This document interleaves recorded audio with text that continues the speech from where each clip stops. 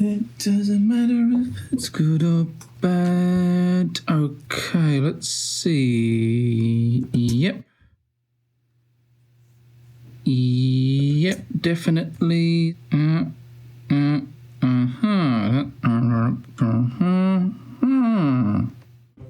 This part was always going to be the most time-consuming part. I didn't realize quite how time-consuming, but anyway, it's time to move on. Hopefully it'll be smoother sailing from here. Let's have a look at the inner assembly of the keyboard, and in particular, the switches.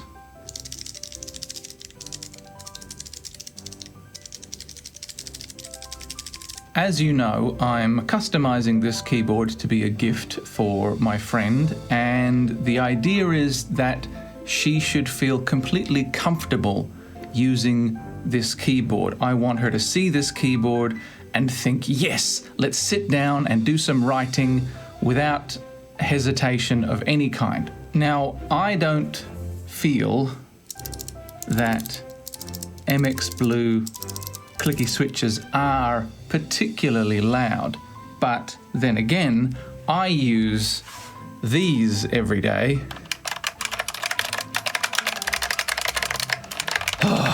So, of course I don't, but I know that coming from using, laptop scissor switches every day, MX Blue clicky switches do seem really loud when you're not used to them. And I don't want my friend to feel in any way self-conscious about the loudness of the keyboard. I know, because I've heard so many stories from her, that her apartment has very thin walls and she can hear her neighbors and her neighbors can hear her. I don't think that clicky blue switches are loud enough to really carry through even a thin apartment wall. But I don't know that for sure. And in any case, whether it's rational or not, if you sit down to your keyboard and you start typing and your feeling is immediately, oh, that's loud, it might make you self-conscious about using it and just feel a bit uncomfortable. So we're going to change the switches to what? Well, I bought these Epomaker Wisteria switches. They are affordable for sure and apparently very nice. I bought 3 boxes with 30 switches each, so that's enough for an 87 key keyboard.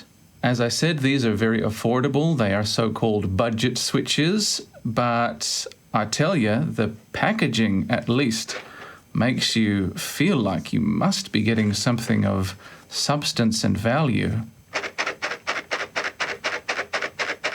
Let's open them up. This is exciting.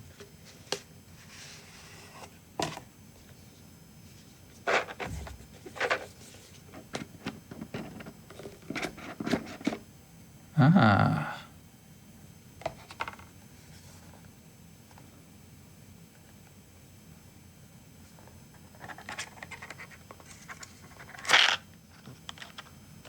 This one volunteered, so let's have a look.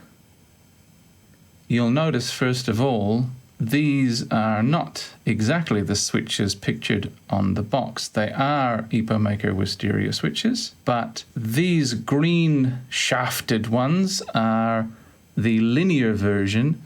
I bought the tactile version, which means they're not clicky, but they do have a bump that you can feel as the switch is pushed in and out to tell you when the key press, when the key is actually actuated, meaning it sends the signal to the computer. So you've got some sensory feedback.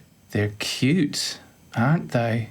I was a little trepidatious about buying a tactile switch, a non-clicky tactile switch, because the only ones I've tried before are MX Browns, which I did not like. You know, the whole point, as I mentioned, of the tactility is to signal the actuation, but MX Browns feel like slowly rolling over a very wide and not particularly high speed bump. So the point, the moment of actuation, I think, doesn't come through. It isn't communicated through that feeling. But on the other hand, linear switches, I've tried Cherry MX Reds, and they, in a vacuum, feel really nice, pushing it up and down just for fun. But for typing, I find them weird because there is no feedback. On a laptop scissor switch, that's fine, because every time you push one of those keys, you're going to bottom out, and that's your sensory feedback. But on an MX switch, there's a good amount of travel, and the actuation happens before the bottoming out. And if you can't feel when that is, I just find the whole experience quite uncomfortable. So I decided on a tactile switch, and testing it out just now,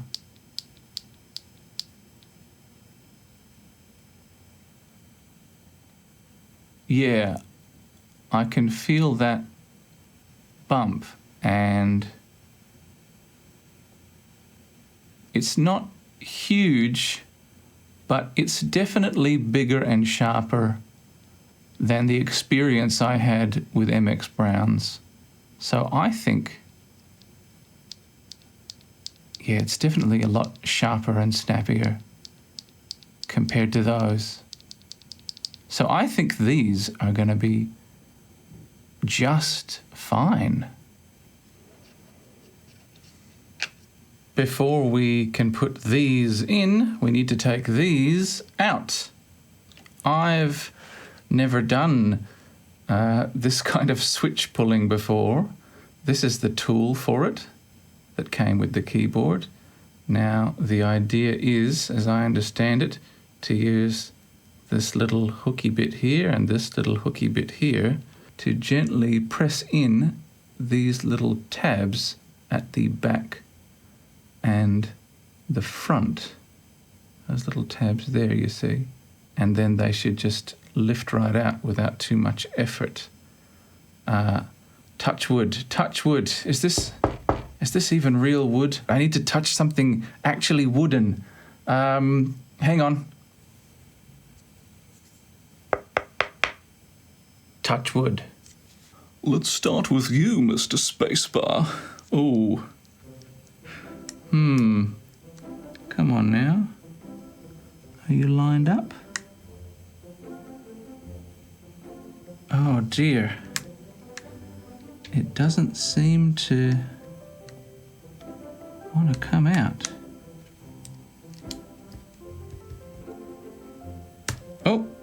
Oh, crikey. Suddenly it did. Indecisive at first, but then took that leap like a first-time skydiver.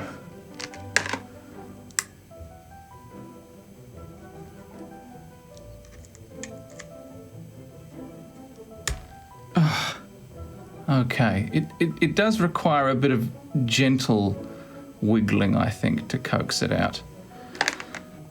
There's a knack to it. I'm sure this will get easier as I go. Again, oh, forget it. I've put that spoon away now.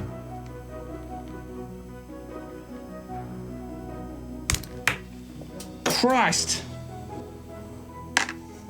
If I squeeze the tabs and push from underneath, will that make it easier? Is that going to help? Maybe? Oh! Jeez, they really go flying.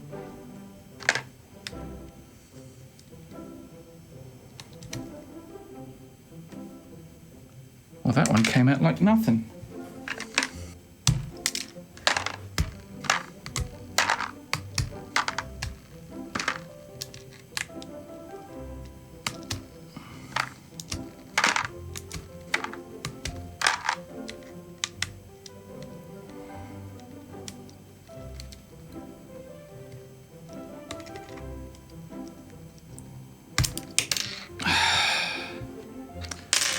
See, it's bizarre. I'm getting the hang of it.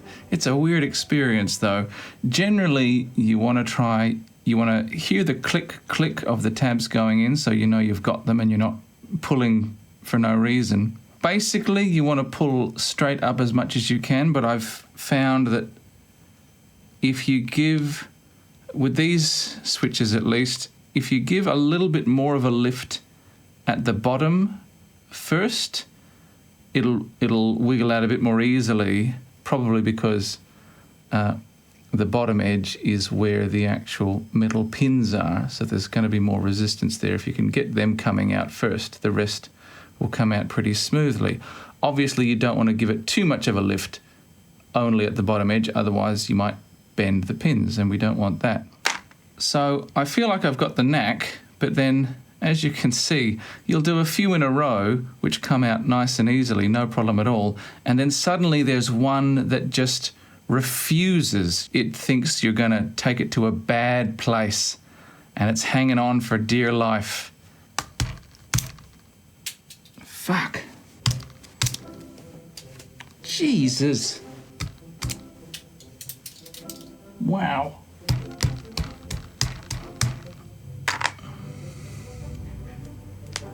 Oof. Bastard. Oh, getting a cramp in this hand, I tell you.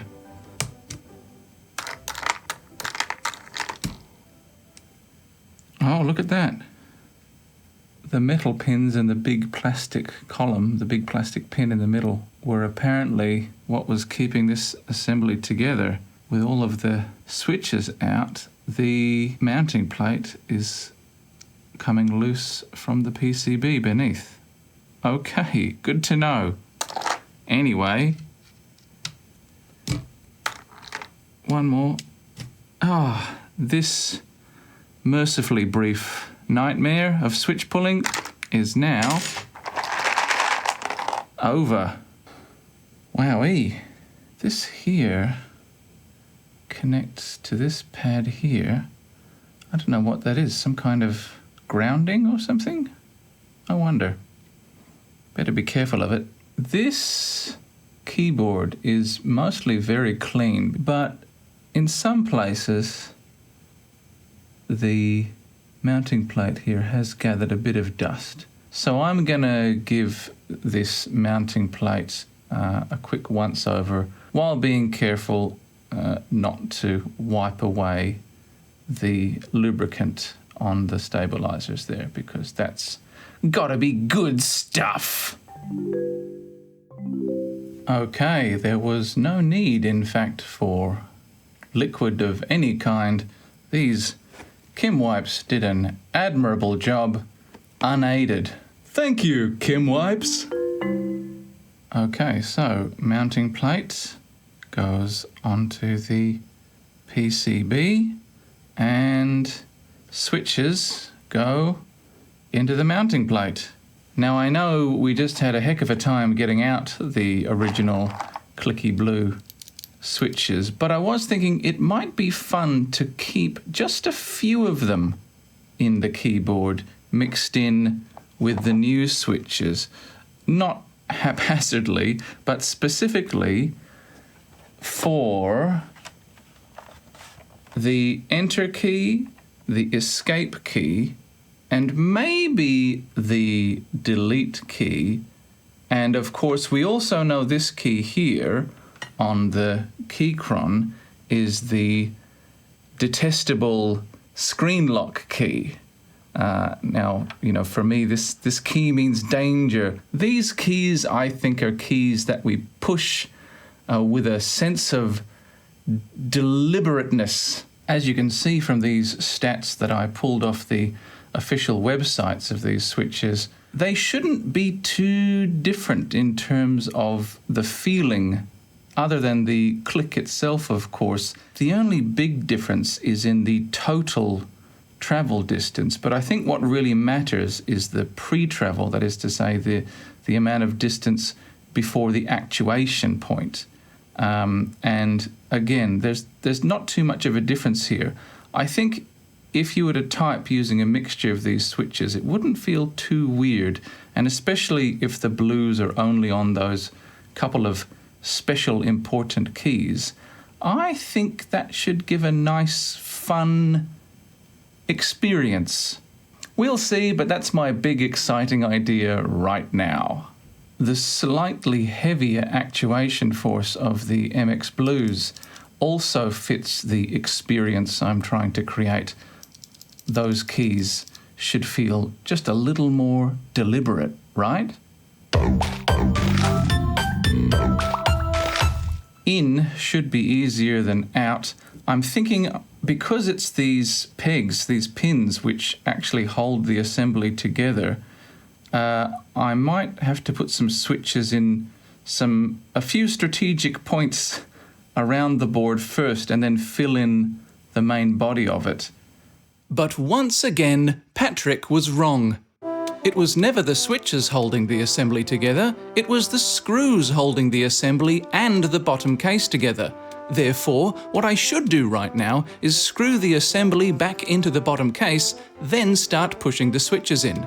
Spoiler alert, I do figure this out eventually, but can you guess when?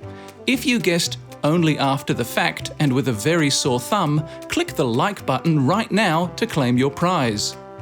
Meanwhile, here's me attempting to both push the switches into the assembly and assemble the assembly using the switches at the same time. If you find that conceptually clumsy, imagine how actually clumsy it is to do that concept with your hands, with your stupid ham hands. I kind of had it working actually, but with nothing holding the PCB and mounting plate the correct distance apart, they kept getting squished together whenever I pushed in a switch.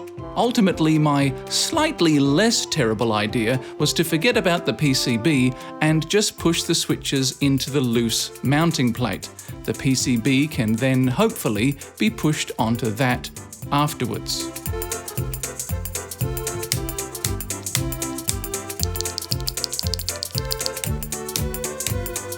Now that I've got both switches mounted in the plate and I've got a chance to kind of test them out next to each other, I think in fact I am going to take out these blue switches and make all of the switches the Epomaker switches. Reason being that although the blue switches supposedly have a greater actuation force, the Epomaker switches feel firmer. They really do. I think partly it's because they're springier somehow. With the Wisteria switches, I can really feel a kind of pushing back, and it's quite rapid, this springiness. Another thing is that the slightly shorter travel distance of the Wisteria switches means that you're more likely to bottom out, and the bottoming out feeling is really nice. It sounds good. That plastic sound is superb in these switches. The bottoming out feeling is very firm, whereas to bottom out on the MX Blues, you have to push further, and the bottoming out feeling is not solid. So the feeling is quite different. What's more, as it happens, the blue switches are actually quite a bit wobbly. They do have a bit of wobble, as I mentioned before, whereas the Wisteria switches have much less. They're actually really, really solid. I think these are actually a huge upgrade. I like the MX Blues, but these tactile Wisteria switches I think are going to be a lot of fun. So I'm putting them in all the way across.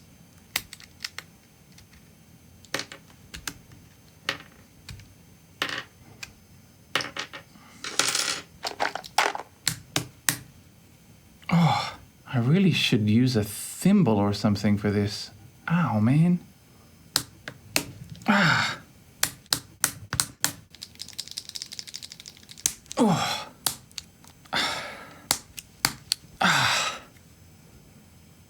Phew. Well, that was more of an ordeal than I expected. Still maybe slightly preferable to pulling the fuckers out, but anyway, it's done. Let's see about getting the PCB attached to these switches. Should I put the PCB in the lower case of the keyboard and then press the switches down on, or do it this way? Oh, maybe this is okay.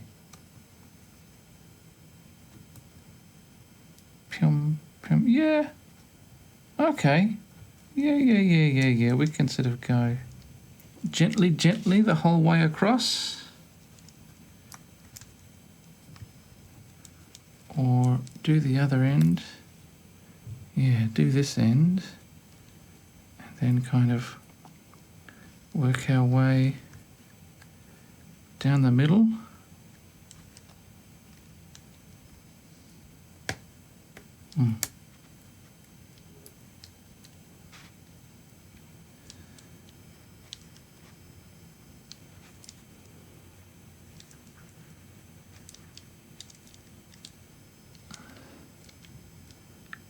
Okay, this is feeling okay. I think if I go through and I push each switch while pressing the board at the back,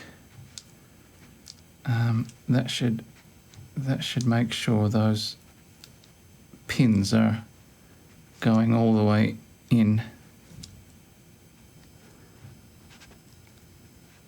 Murder on the thumb once again. Okay, that wasn't too horribly horrible, and I think we're looking good. 3 switches left. That is arithmetically correct. That feels nice. And of course, it can't hurt to have a few spares for the future, just in case. Okay, it's time to reassemble the case. That's exciting, isn't it? Although I do suddenly remember that to put all of the screws in properly, I do actually need to remove some of the switches. So maybe a better idea would have been to put the PCB and the mounting plate back into the bottom case first, and the screws would have held those together, and then I could have pushed the switches in just from above. Oh dear, at least these ones are coming out fairly easily. 1, 2, 3, there's one.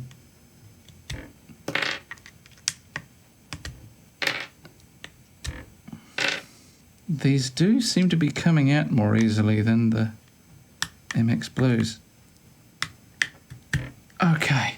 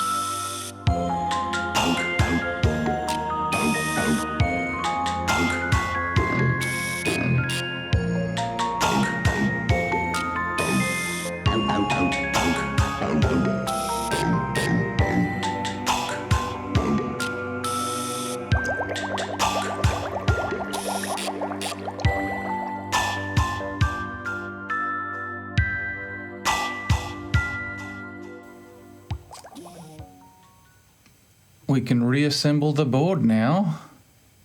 How actually exciting.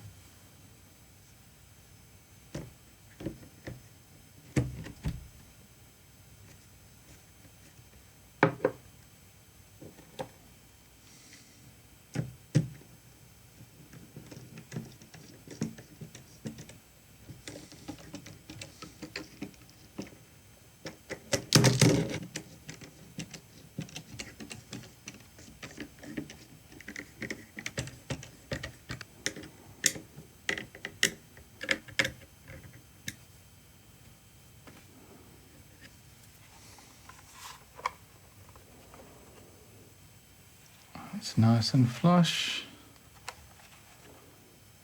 Sides too. And the front edge, which is what I was worried about. So that's great. Oh, yes, that's definitely the best way to put in these switches. Okay. Ah, so easy on the thumb.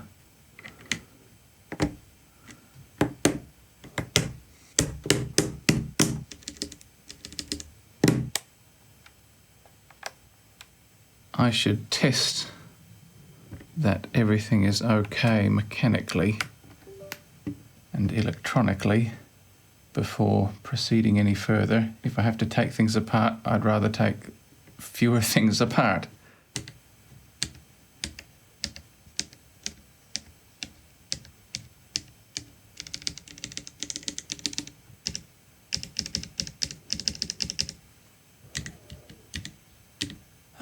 Okay, all the keys are responding like they should, and Mac mode operates like Mac mode, Windows mode operates like Windows mode.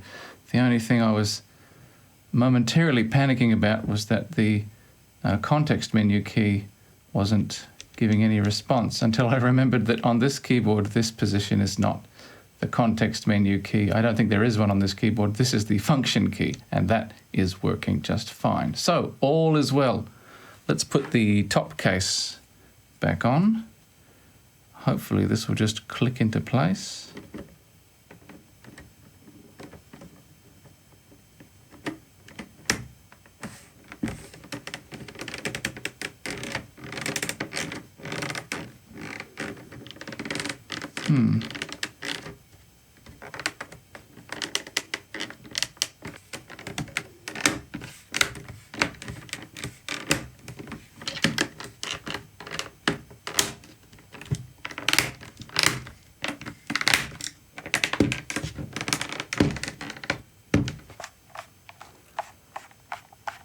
Doesn't all that sound of plastic snapping into place, I mean, always make you feel like you might be making some horrible mistake. But this feels and looks, by the way, fantastic.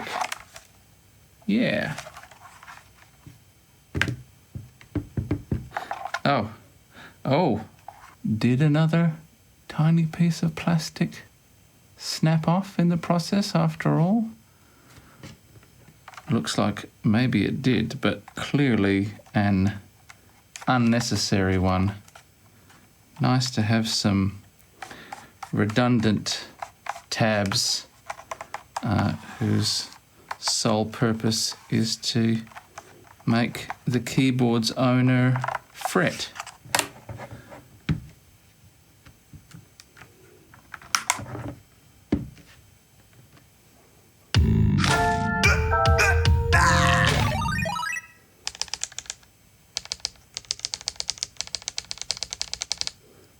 At long last, we get to the really fun bit, which is, of course, adding some new keycaps, a whole new keycap set.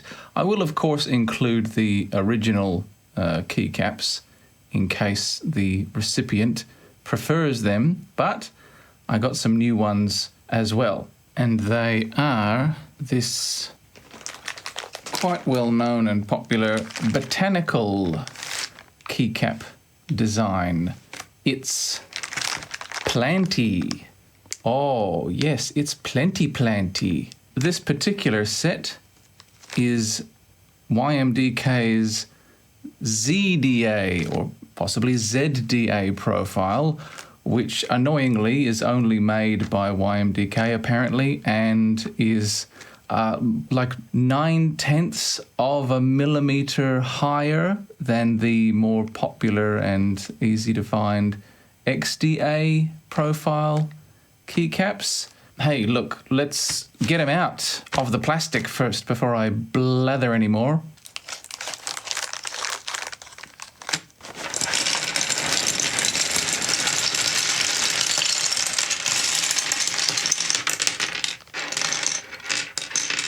Nice, nice, nice. That is good, thick PBT plastic.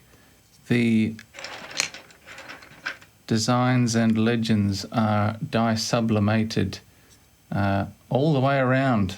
I chose this set for a few reasons. Number one, of course, I wanted to get something to match both the keyboard itself, and I think the green won't mismatch terribly with the warm beige of the board itself. But more importantly, I wanted to get something to match the decor, the atmosphere, the aesthetic of my friend's own apartment, their living space. And as I mentioned, she's got quite a bit of greenery in her apartment. She likes the plants. There's some brown around her desk as well as green, and I think some green and the brown and the other green will sit well together for that kind of natural palette. I also wanted to get a keycap set with a uniform or flat profile. What that means is that all of the keys, no matter which row of the keyboard they're on, all of the keys have the same shape and height for two reasons. Number one is that my friend will be coming to this keyboard from, as I mentioned, a kind of scissor switch laptop-like keyboard with little square flat tiles for keys, and so she'll be used to the keys all being on the same level. So this hopefully won't be too big a leap from what she's already accustomed to. And another reason, another advantage of a flat uniform profile is that you can swap the keys around any way you want, not just on the same row, but all over the keyboard. You can swap the keys around and put them in whatever position you like. At least the single unit keys you can. Especially because this keycap set has so many, so-called novelty keys with little planty designs on them. I thought that would be, some fun that my friend can have with her new keyboard, with her new toy. If she wants to, she can rearrange the letters, not just the letters, but the designs and the images, however she likes, just for fun. These keycaps, by the way, are spherical. These are called spherical key tops. It means the shape is as if the top of the key has been carved out by the outside surface of a sphere, meaning they curve slightly up and out from the middle towards all of the sides, if you see what I mean. The original OEM profile keycaps, as well as many other kinds of keycaps, are called cylindrical because it's as if the key has been carved out by the outside of a cylinder. I really like spherical keycaps. I think they're cool. Halt! I've also got this layout chart again from Keychron so that I don't mess up the Mac style bottom row. This keycap set doesn't actually have any of those Mac specific keys, but I think it does have sufficient novelty keys that I can use them instead, and anyone who uses a Mac every day will know what those keys are.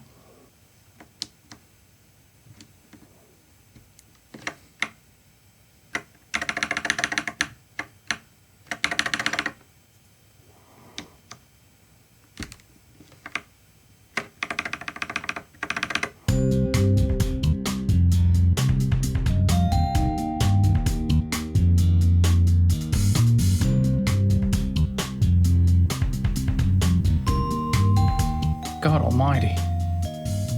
Which way up is the O? Is that up? Or is that up?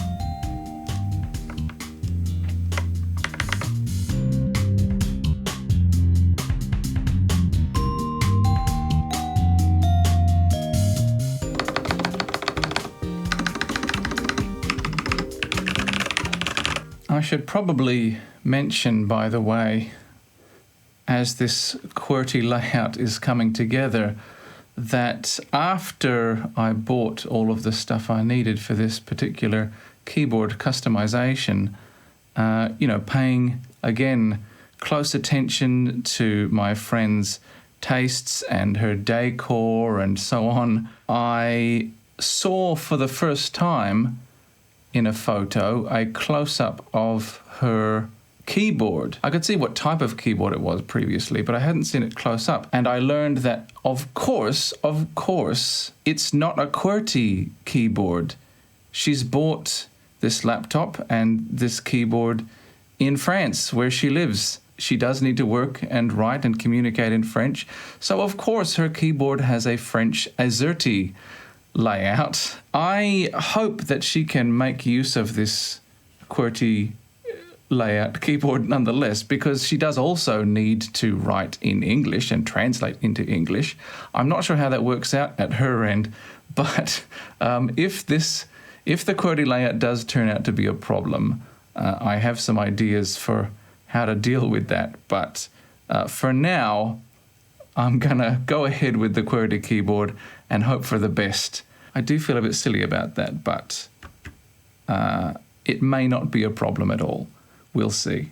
Some of these novelty keycaps, the decorative ones with the illustrations and designs, have the same sort of problems I was complaining about previously with the original keycaps. The same design being printed at 2 different sizes and the line weights not matching the reduction in size of the design.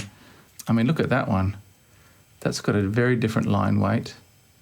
Even the color is a little different. I'm not sure what's going on there.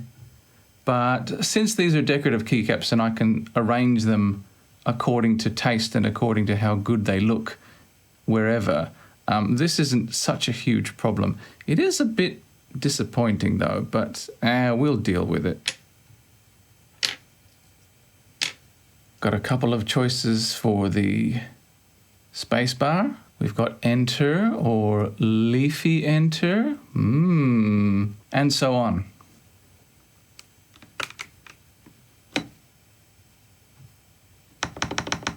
Actually, come to think of it, because of the flat profile and because of the MX cross mounts, whoa, the whole switch came out. Whoops. Man, these fit on the mounts tight. I hope the plastic there doesn't crack. That's so tight. Geez, that's a bit of a worry. What I was going to say was, I realise, this key, for example, could go this way or this way. So I can decide for myself, which way does the design look best? Actually, the more I look at it, the more I like it that way.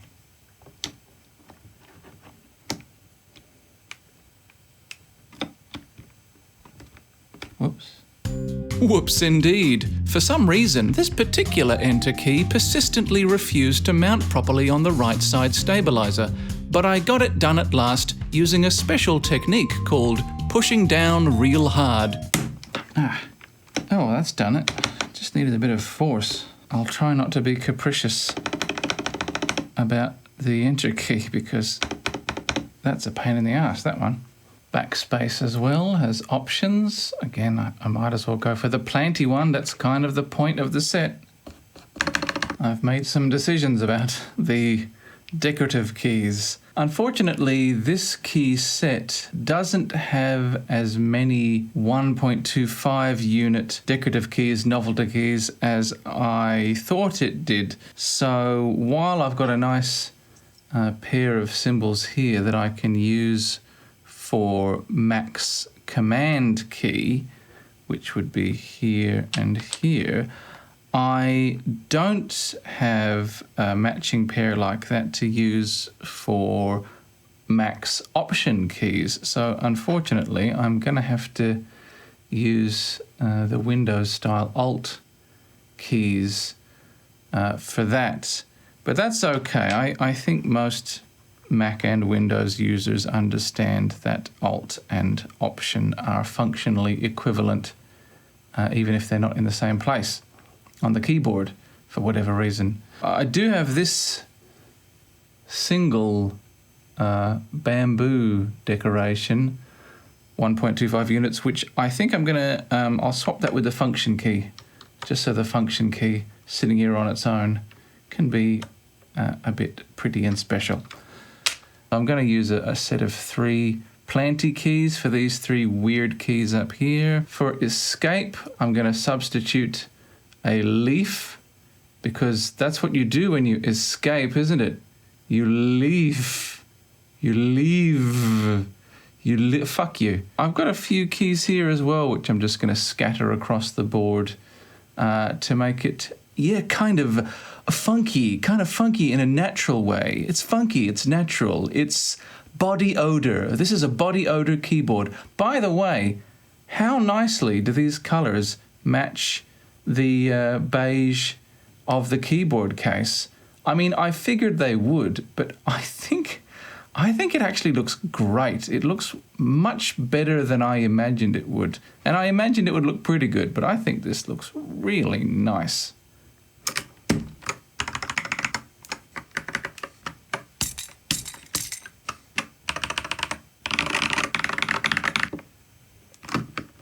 Okay.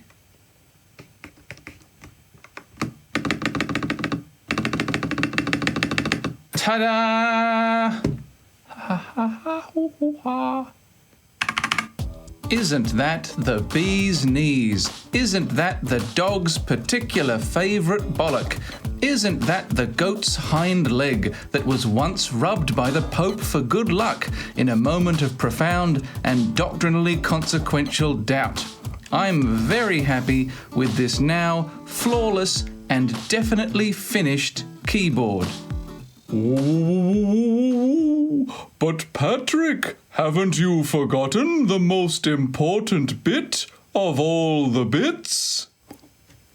Saints alive, Jesus, saints alive! Karoji-san, you're right. I have forgotten the most important bit of all the bits, like he said. Look at this. Ooh, oh, it's so cute and catty. Ooh, what could it be in this cute catty box? What could it be?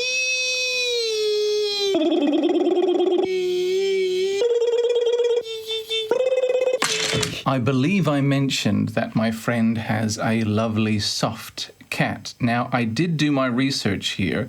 I looked through as many photos of the cat as I could, and I discovered that my friend's cat has black paw pads. Unfortunately, I could not find the lovely special item that matched both the paw pad color and the fur pattern of the cat, so I prioritized the fur pattern. So I'm afraid we're not going to have black paw pads in here, but pink ones, which are of course cute. Oh gee, you really don't want to open, do you? Which are cute, not without tearing, but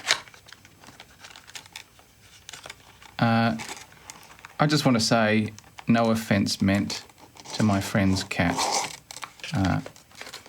I do respect you, and I respect your paw pad color, but the options just were not available.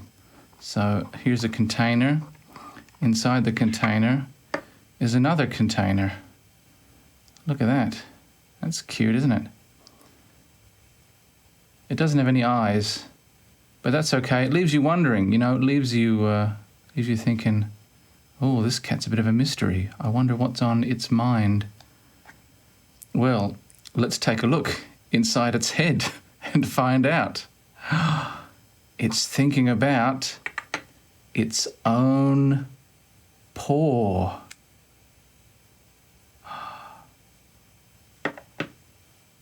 Well, well, well.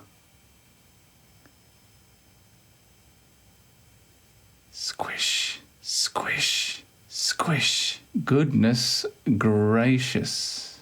My word. Heavens to Betsy and all her beautiful sisters. All right, Escape Key, why don't you make like a leaf and go? Something I'm discovering about these keycaps is maybe it's the, wide size of them at the top end, but they're very, very difficult to pull out.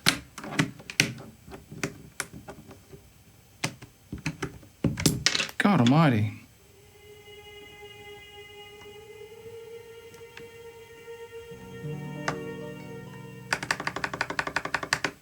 So squishy.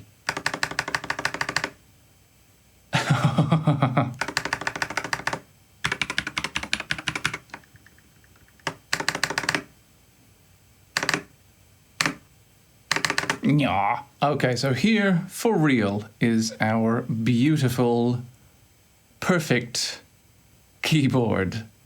Definitely perfect. God himself weeps with envy at this keyboard. Meow. The angels are rendered incontinent with wonder at its beauty. Yeah. Look at this incredible key. I chose this key at random, but everyone on this keyboard is another biscuit in the pants of the Almighty. Time to take it for a spin, eh?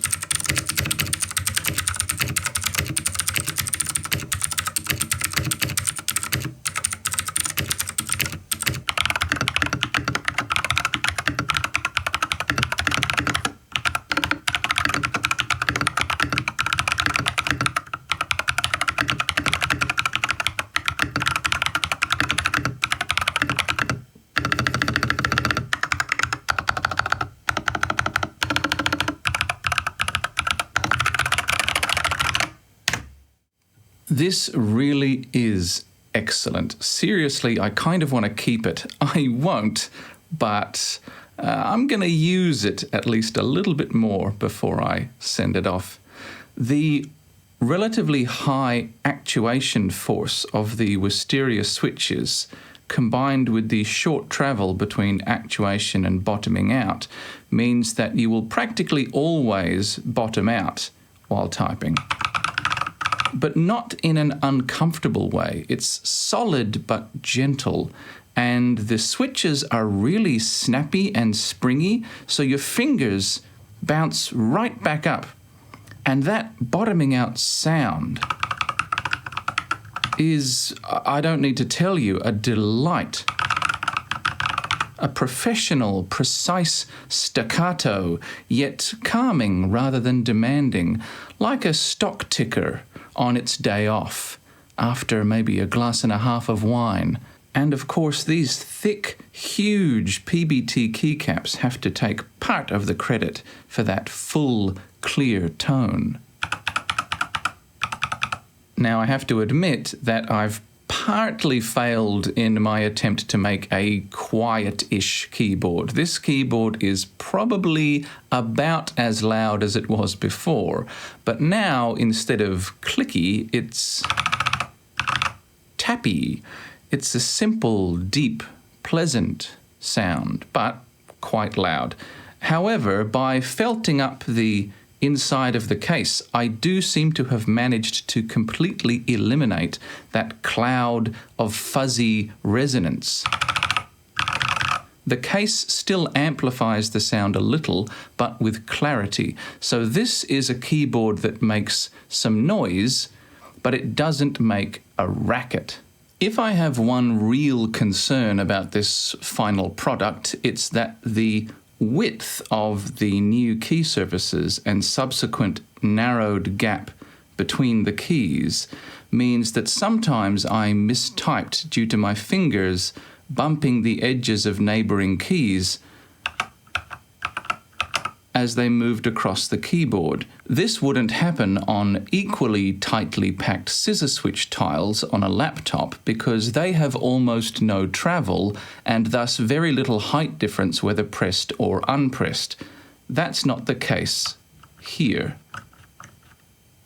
But this is the sort of thing I would expect to adjust to after 15 minutes or half an hour of sustained typing. I also mistype a bit because I'm just not used to this type of uniform profile keycap. Using the keyboard at an angle helps a lot in this regard, so personally, like a chorus girl, I'll be keeping the legs up. And you know, that is it. That is the real, actual it. It only remains to send this piece of clackery off to my friend overseas and hope she likes it. I'll put this in a box along with maybe a few other little Japanese treaties and send it off. The end. Thank you for joining me on this journey. I made a lot of mistakes and I hope they were amusing for you. As always, I enjoyed making this video, you enjoyed watching it, but that doesn't make us friends. Goodbye. Hey, if you enjoyed yourself, you should like the video and subscribe to the channel maybe. And you could watch some more videos. You could support Patrick on Ko-fi. He's got a Ko-fi. Oh, there's so many things you could do. The world is full of possibilities.